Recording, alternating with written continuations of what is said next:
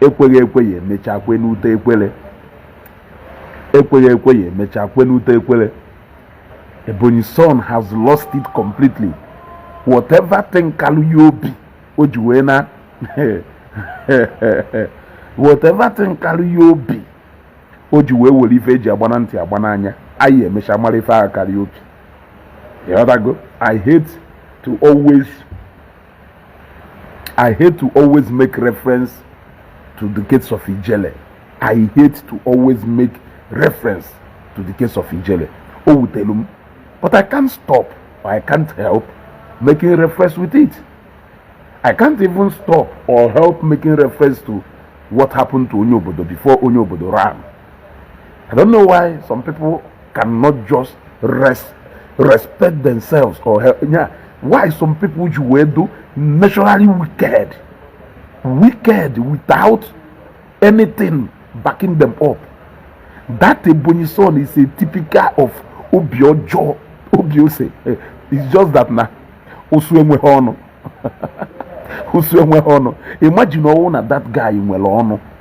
Imagine all na that guy in Welono. I say na nkota Mwelike Amahana. Imagine all na that guy in Mwelike. Imagine all na that guy in Mwelike. Two things to show you how deceitful they are. He wanted to confirm to you that na Zion Wonya report to page ye Ezeugo. He went and brought a voice note Zion sent the J Park during the time of Ken page issue. Mgbe page na show, mgbe Ken na show ndo ya yo ka ha we je yo Zion because of page ye. Yes. Yotana mgbe ọ na show ndo ya eme ndo ya yo. Yotago. So JPAC we yozie Zion we na email eji we me that thing na etufuo na.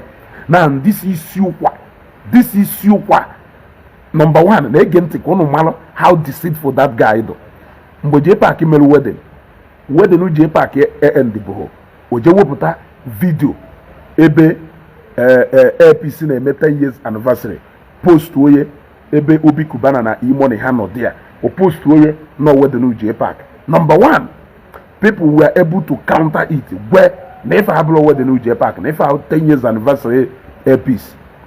Opatakwa the other day ojekwa digikwa old video ebe kelafa ya fada Mbaka kwuru maka oge show keke njaka post oye ojekwa digikwa post oye owulu too. We were able to counter it and tell people that never our old video. Objective again. Jekwa woputakwa voice note to secretary more than how secretary or no voice note about something that happened about how many months ago, not even concerning him. Oje play voice note how ebe voice note how bidoru ne titi that guy amwa hife that guy wo Ebonyi son wo afubo do that guy. That guy wo kosha. That guy na one soku agba. I'm sorry to say this, but that guy na one soku agba. Eze dara tusu dalo no. Afa go wala baseball mother dalo. You got to go. Uje kwa wuputa voice note to share. Tikwe play it from almost the end of that voice note. That guy wo. I challenge Ebonyi son to play that voice note from the beginning. We also want to hear the other things. Akukuru.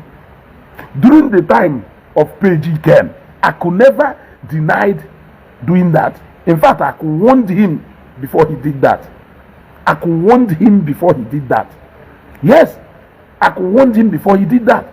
And a lot of them may file or bless herself. In fact, I could just do lenient and in the Zion. In the Zion do lenient and they are very welcoming.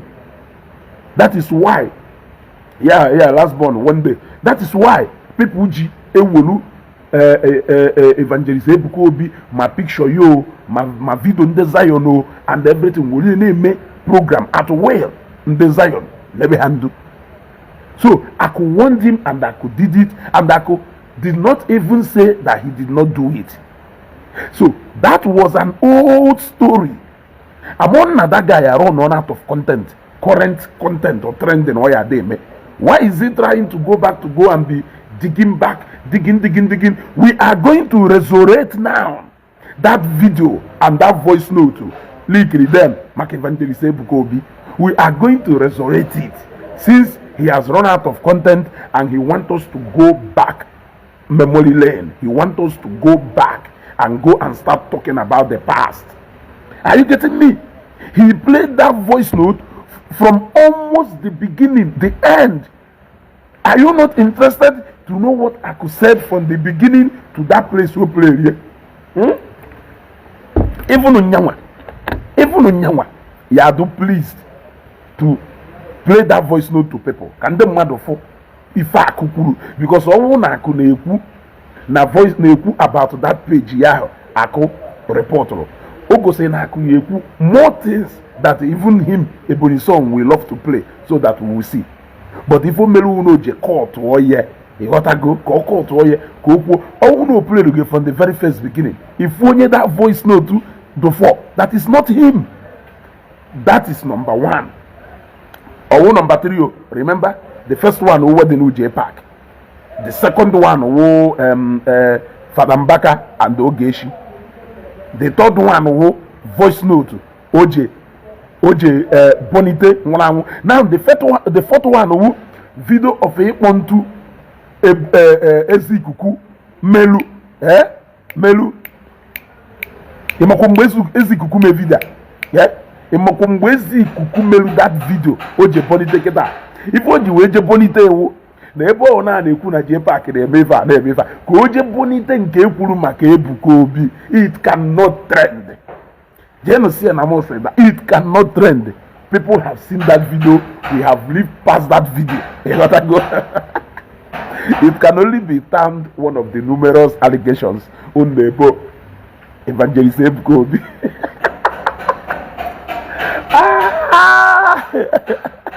Eze one mother action kije na page Ebonyi son na page J Park iluo ị na-ede that thing abịazina na my page bịa na-ede onna eweniwe o action kije kwa na page ndị aje na agwa ha why I'm responding to a video mmadụ mere, so you can as well go to the page onye ahụ iru ebe ahụ egwe si ya biko why can't Igbo people stop this? You shouldn't be telling me this. You gotta go opposed to a video ebe Ezeugo kwuru na Evangelist Ebukobi na ebegono na akpọntị gotago ọmụ ife oji wee deye ife oji wee post that video wo ko wee fụ na that video aye trend. Now I am doing this video to caution all bloggers attached to Zion. You people should not respond to that video. Do not respond to that video. That video is as old as Nebuchadnezzar. That video is as old as Abraham Hanwolo. Gwani and Aisha knew something new. We want something new. We want something trending. We want something trending. We don't want to go and reincarnate video. Ebokulu no ya ekwu abia na Facebook kwuo na Evangelist Ebukobi nwere onye ọtụgharị ime ejeke wepụ the afime onye ahụ nwụọ na even no ekwu na J Park that aware of it. We don't want to go back and forth. We want to go and start discussing about that guy. That guy who the greatest influence in football. He doesn't even know how to construct one or two. Very empty. He doesn't know how to construct one or two. The guy will see content and the me for me. Oje use another page. Okay, agree. He gotta go. Oje use another page. Okay, agree. Wori na pam ni no na ba ko ya wo anwuru ya okwu na onya na epose mana omaho na this guy amoho na ndenya na emeka ife the more intelligent than him. I thought that the event that has happened in the past could have taught these people that nande ha na emeka ife do very intelligent. Ebonyi so ni ko yeju obosi ko yeju mma bịakwa na Facebook etu a ịma na ya agba na break n'ife gbasara ijele for a reason, but nkewukwa we will drag it on Facebook until iti anyama n'ebe ọ na because ọkwụ ma ya aba very soon. Jenugwe Ebonyi so na Ezeugo blamuma Now which date? Date it ahụgụnụ. Jenugwe na Ezeugo buru amụma na 16th of November at exactly 8 minutes to 5. Sine na answer na very soon. Jagraram. Jenu sie na Ezeugo gwara ya na very soon. Jagraram. Ọkwa ha sị na ha galalam ewolu arrest. Were threat no mmadụ. But ị na-emeta ife a eji wee ka mmadụ ịga n'aka. Ịkụ ịga is inevitable. Asịrị onye aṅụ na nga na oyiwo anaghọ. But it's so unfortunate that na nọ na-aṅụ nga ebe oyiwo ka sọrọ ndụrụgụ. Ịghọtago ka nọ na-aṅụ nga ebe oyiwo ka sọrọ ndụrụgụ. That guy do very wicked. That guy nwere very wicked soul. It's just that na Chineke mere onwe ha ego. Chineke nwere onwe mmadụ. Chineke mere onwe ngabasị. Chineke nwere onwe connection. Chineke mere ife niile mmadụ nwere n'ụwa o ji ashụ ọbụ o ji abụ ọbụ. Chineke denied ha ncha niile.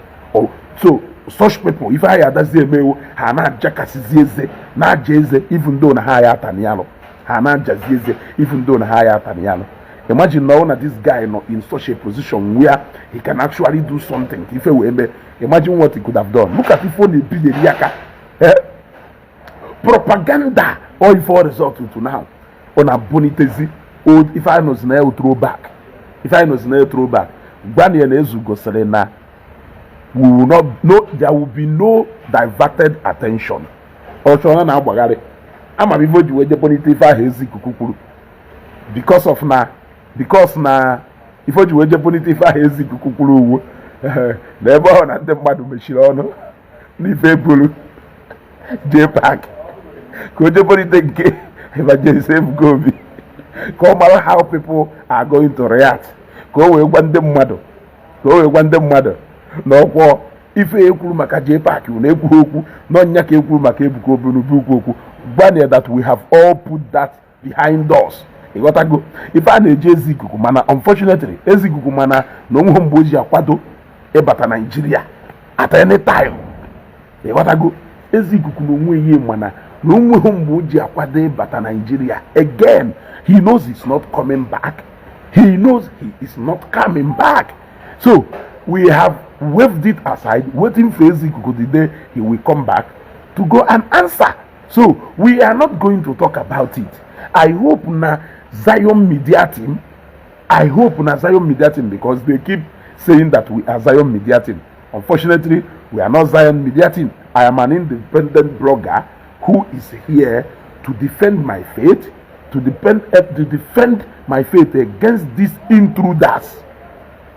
Yes, and Evangelist Ezeugo happens to be a Christian, not within my faith. I am not among the Zion Media Team, but we are independent bloggers. So I want them to understand. So I want everybody to disregard Ebonyi son. Share this video. I want people to pretend like they haven't even seen that video. Pretend like you haven't even seen that video. Because you to that cha. In fact, let me tell you people, from henceforth, anything Ebonyi son will do, disregard and the tank yeti nanga, the join Nigeria nanga. Mana nko delu to divert attention. Never do. You people should not react. Do not even comment. Umesha post wa pota of so comment. Unfortunately, Ejemebo made that post nanya nke wezbo tamu Tom self. Oye kweme senior na Ezeugo shari injiri nya meye na main page ye no si no siri ike. You want to go? No. We have passed that stage of saying you want to bring Evangelist Ezeugo down. We have passed that stage. Evangelist Ezeugo has proven to them that no one ebe nwoke na-eje. You got to go. Evangelist Ezeugo go fa no si ono pa ike nwoke nwere ngabase. Nwoke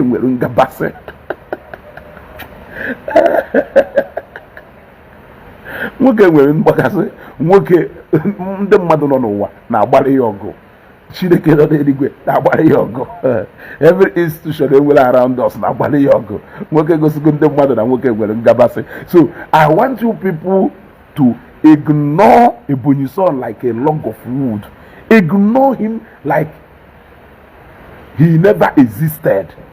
People goes wee pụta na page wee kwuo akụzayo n'imi mkpi akụzayo n'imere nga ọ na afọ ife merie. Everybody never ndu ịghọtago even nwoke nya na nwoke dị involved na the zero bitters at the end of the day nwoke fụkwa na ndị ojekwuru owu ụmụ efulefu ịghọtago nwoke fụ na ndị ahụ ojekwuru owu ụmụ efulefu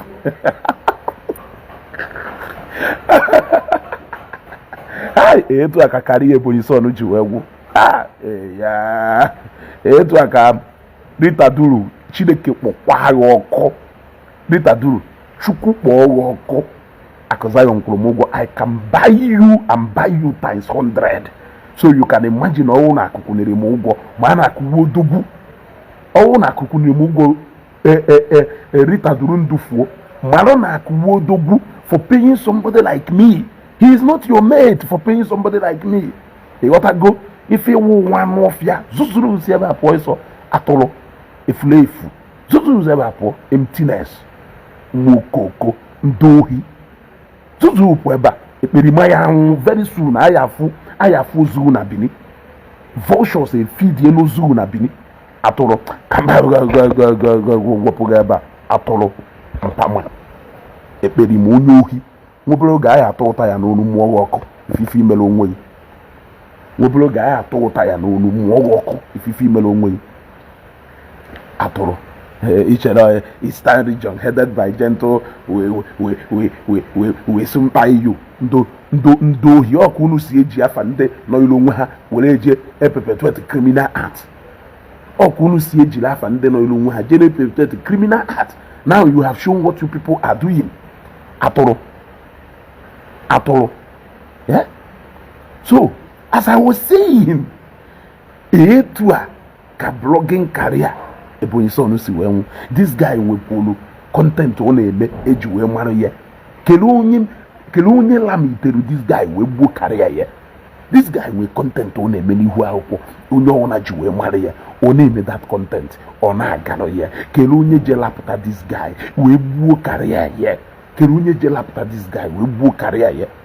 Unu na-anọsa Jizọs ọkụ Jizọs na-agba elu unu film Jizọs na-agba elu unu film Look at the time nji wee pụta na page ma page m is mobile goko 50,000 followers organic followers.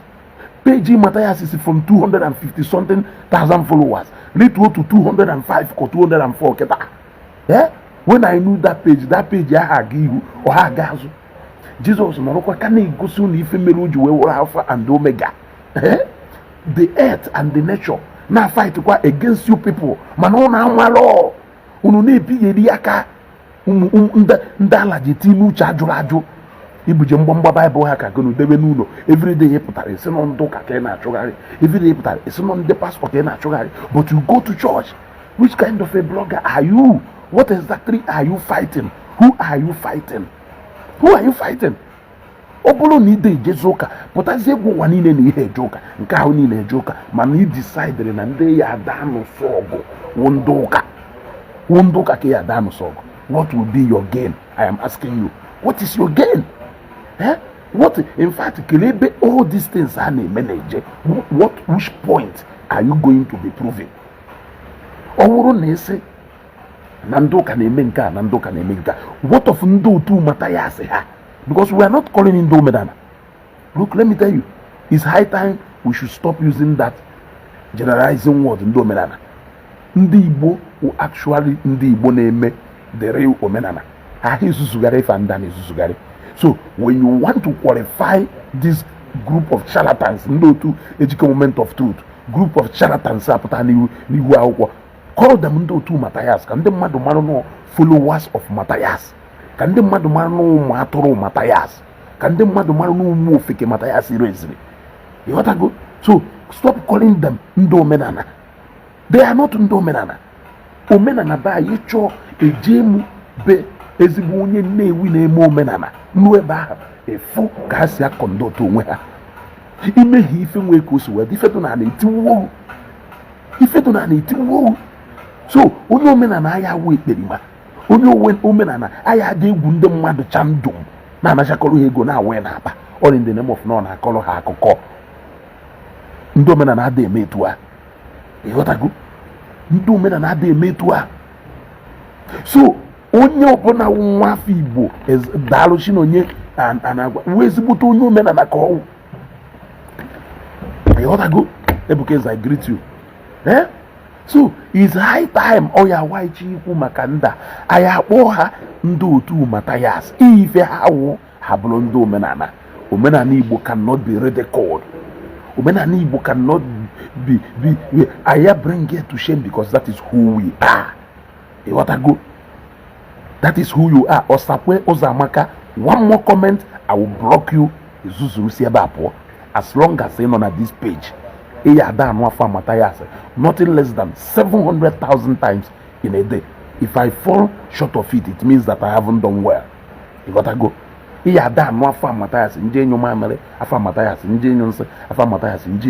Matthias. Oh, no, Kapuru Sebapo, Atoro. You know, on a page, you can find a ewu to Karoza Maka. Achon can not go with the comment there, but can block all if left. Ilu na page ye kelafe na ano gono ke na ano na eme na page ye atoro ndoka this the pastor this ndoka this the pastor this ere na akori aka ya na akpo nwa Chineke kpokwa ga okwu ebe a iche no ngo onye ono ndị nwe Facebook e mara ka ọ ya do no wuru nwe Facebook ụmụ ofeke e mara ka ọ ya do no wuru na unu nwere monopoly na Facebook a una aka chụsia na mmadụ niile una aka chụsia na mmadụ niile. Because every day Matthias on a page, every day Matthias on a page, on Doka, the pastor, Ndefa, Irueba, na Koreaka, Nasia, ride on one Chineke, Manabia Heba, no Capola Fair, Chinica, Pogokon, and Nafola, Apola Fair. They want comment here again, can block or can go see if you were carrying on a page.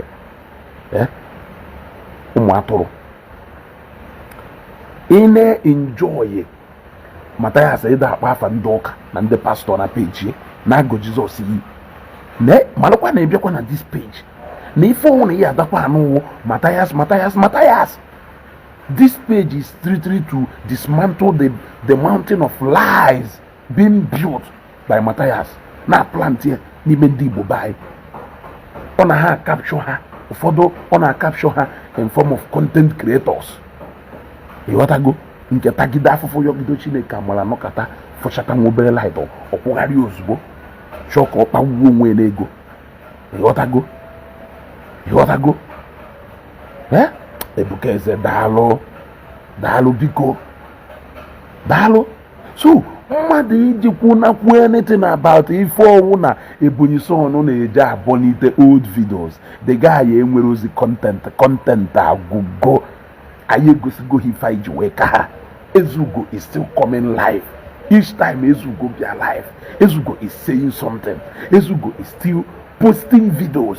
That is what it means for somebody to have passion in what you are doing. There are 1,001 videos, live videos and videos to post to dismantle the lies being pushed by Matthias Namdotwe. The other day, we have shown them that every day had an Ekwoku, Elon Musk, the owner of Twitter, the owner of the owner of TikTok, is not a Christian. The other day, we proved them wrong by showing them that Elon Musk is the highest donor. He is the highest donor in Christ Embassy's Rhapsody of Realities 2024. Yes, ụfọdụ n'ime ha bịa with an argument. Kere argument ụfọdụ onye nke bịara that Rhapsody of Rhapsody of Realities is an inspirational book that is not only made for Christians. So na ife Elon Musk ji wee na sponsor ya ewo because no shock people mmadụ good morals also wee jụọ ya wee sị ya, why did you not sponsor the multiple production of your offer? Why did you not sponsor the multiple planting of your apple? Why did you not sponsor the multiple production of your ekpo and ndị otu ya unu ji eme alụsị ka ife kpata na sponsor the multiple production of ogene na ọkpọkọrọ. Ana m ajụ gị ajụjụ, why no sponsor ha si kewe onye ọnwụ na isi agụ ma bidi ma ọla a na-agba n'ọkpa si kewe ya onye ọnwụ na ka adụchọ na every household n'ala Igbo na-enwere isi agụ nwa aka. Why not sponsor her?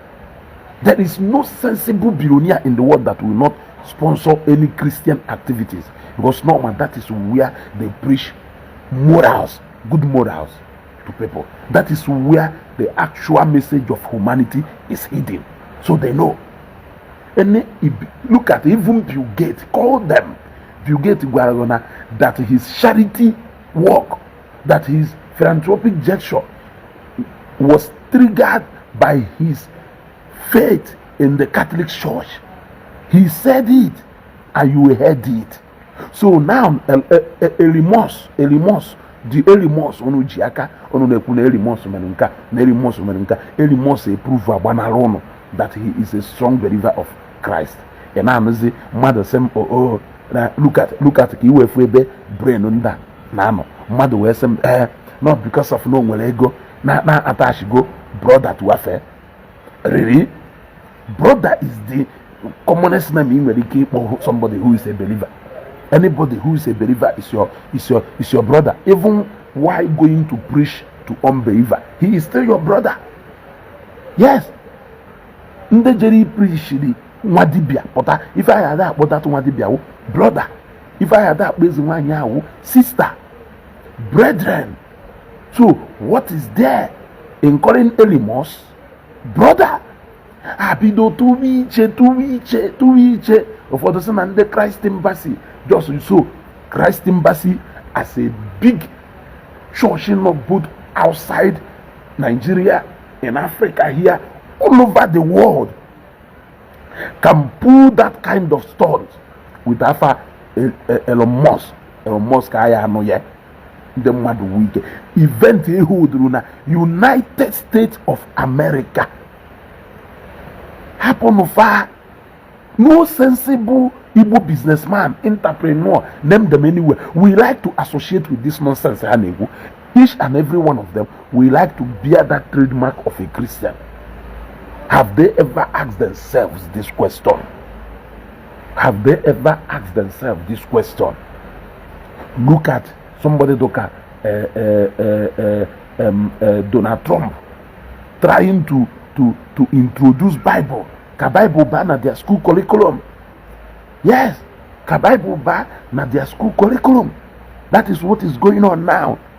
That is what is going on now. They are trying to bring Bible back. Ka ban na their school curriculum. Kana akuziri every child in America Bible from childhood to adulthood. Ngonwa no na Africa eba nọrọ ebe a na-ekwugheri ngonwa wu money misro odulela na obi nna we je America na na America na-ekwugheri esem no no mu ife eje mu na ekwu na eriri mmadụ eri ngonwa eri gono ka na emekacha special agreed eri ho eri kedu fi na emekacha special. I am asking you, ngonwa eri gono ka na emekacha special. It's a simple question. Look at the machine ngolu kandohi na nwa nwoke onye egotanwubuho machine, onye egotanwubuho Belgium machine a na-ele 400,000 ịnọrọ na-amụ onye egota 1.2 million na jegoro machine ịnọrọ na-amụ ya amụ ị na-amụ ya amụ ayọrọ ngo dunje shọrọ machine m. Did I beg you? Did I ask you for help? Why are you making fake of yourself? Can you know you? Why are you laying low kobo? Ayọrọ ngo help. The only people you're going to help won't turn down their help, because those are not the areas Ebonyi will interest in. Ebonyi son, Ebonyi Lord's son, because you are not an Ebonyi son. Ebonyi Lord's son, Ebonyi Lord's son.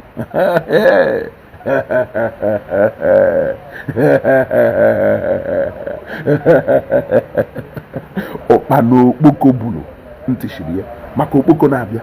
Noise on ebuwela abịa is enough to alert the opana obafelu opana okpoko bulu ntishiriye many agago. But it's obvious that those who are still here cannot learn from the lessons of those that has gone. It is very sad. it is very sad na ebigheri aka. Sometimes mfife that guy na-eme na Facebook ifela na-eme m content agwụgo. When you people abandon the very thing kpọtara unu na Facebook unu bịa bịa gbando ka war. Why will content not go? You have deviated away from your source for a very long time. What you are doing now, you cannot sustain. What I am doing now, I can sustain till next 5 years. Yes. Even now, I can sustain. For as long as Namataya has in there, we know how to tactically bring him down. Yes, he must believe. Meso mesha sorubi kwa saya kanisi peli epele muye ji aka ngota Bible biye. If Bible ahụ debere ahụ n'ọgbara ọkụ mbụ Matthias mụ ya emecha were ego m gota Bible bi Matthias back. Matthias ọgwụkwa na onye izi. Matthias ahụ onye izi. Ụfọdụ n'ime ha mechara gbaa amaala wee chigata back. Ụfọdụ n'ime ha were aka ha surrender those who were even more powerful and influential. Not onye nke ụsakpa. Not onye nke ụsakpa ji ego ndị mmadụ were atụ swell. Onye nke ahụ ụsakpa ka ọ wụ na onye nke ahụ nwere ike sef o nweta ụdị ego ọ na-achọ o chenjigharịa because the another phase of society a boy at the face is a society that cannot tolerate this stoutish behavior on a behave, and it's a society that may not tolerate this particular backwardness a ancient of days on a buputa. So he is going to change. So he has just well on ego n'isi ụnụ mumu yishi ụnụ na-ada wole ego na-enye dị mkpa ibu ụnụ na-eri wolu je na-egokola na na-ele. Oh my God, oh my God. So content agwụgo unu mere onwe unu mgbe onye obodo chọrọ ịbanye na this track unu nọ na ka kịta onye obodo aka dụ na irrelevant. The guy wee discover onwe n'oge wee gbafere jee nene ha wee bata n'igba egwu ụka na omenala abataghị genuinely. They are all, yeah, their identity, they have lost it. Look at onye obodo tata, onye obodo pụta ọsịgo nna unu egekwala unu ntị ife na-eme asịrị na-ewoji ife kụwa mmadụ isi na nkwọ Nnewi ojegwaghị ife merụ na ụmụnya were okwu nwa nke mmadụ wee mụta ife nke a were ife gonyere ụlọ ife make any meaning and ife make any sense. How did he abandon the program of Onyozizi that gave him the platform? How did he abandon the Onyozizi show that gave him the platform? That is the question I am asking. They all lost their identity along the line because they were ready to fight a lost battle. But look at the difference here. Look at the difference here. Matthias, knowing why he started this movement, Matthias, knowing the benefit and the seed he has planted, waiting for it to grow, is still there. Chineke na-enye onye ajọ omume ogologo ụdọ ka o wee change from ajọ omume. So God ka nyere enwe obere grace nye ya ogologo ụdọ ka o wee change, mana ụmụ okoke a jezi jump n'ife ahụ ọ na-eme ka ha wee were wee feed Chineke wee na-echi ha ọnụ n'ala. No afronya go wee na-echi ha ọnụ n'ala. Ha ncha, look at how J-Park lost J-Park as a brand. Look at how Governor Ezeugo lost Governor Ezeugo. Look at how onye Kelafa ya Ebonyi son. Look at how he lost Ebonyi son. Go. Look at how he lost Ebonyi son. Chukwujeku Emperor. I'm already here. I'm already here. I don't have anything to offer. Epo here. Inya epo here. Onwike wogo. Eshopo. Epo here. Onwike wogo. Chukwujeku Emperor. Epo here. Hello?